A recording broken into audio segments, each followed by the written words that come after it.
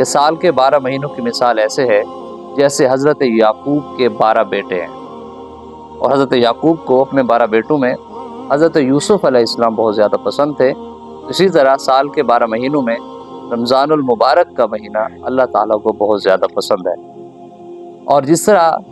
جس طرح سے حضرت یوسف علیہ السلام کی دعا سے اللہ پاک نے ان کے باقی 11 بھائیوں کو معاف فرما دیا، تو اسی طرح اللہ تعالیٰ رمضان المبارک میں ہماری دعاؤں سے ہمارے گزشتہ 11 ماہ کے گناہوں کو بھی معاف فرما سکتا ہے۔ رمضان المبارک کا مہینہ ہمارے لیے غنیمت ہے،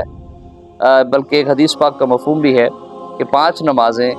ایک جمعہ دوسرے جمعہ تک اور ایک رمضان دوسرے رمضان تک اپنے درمیان میں ہونے والے گناہوں کا کفارہ بن جاتا ہے، بشرط یہ کہ انسان کبیرہ گناہوں سے اجتناب کرے۔ تو رمضان مبارک کا خوبصورت مہینہ ہمارے درمیان جلوہ گر ہے،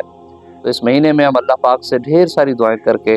اللہ پاک سے ڈھیر ساری التجائیں کر کے اپنے گناہوں کو معاف کروا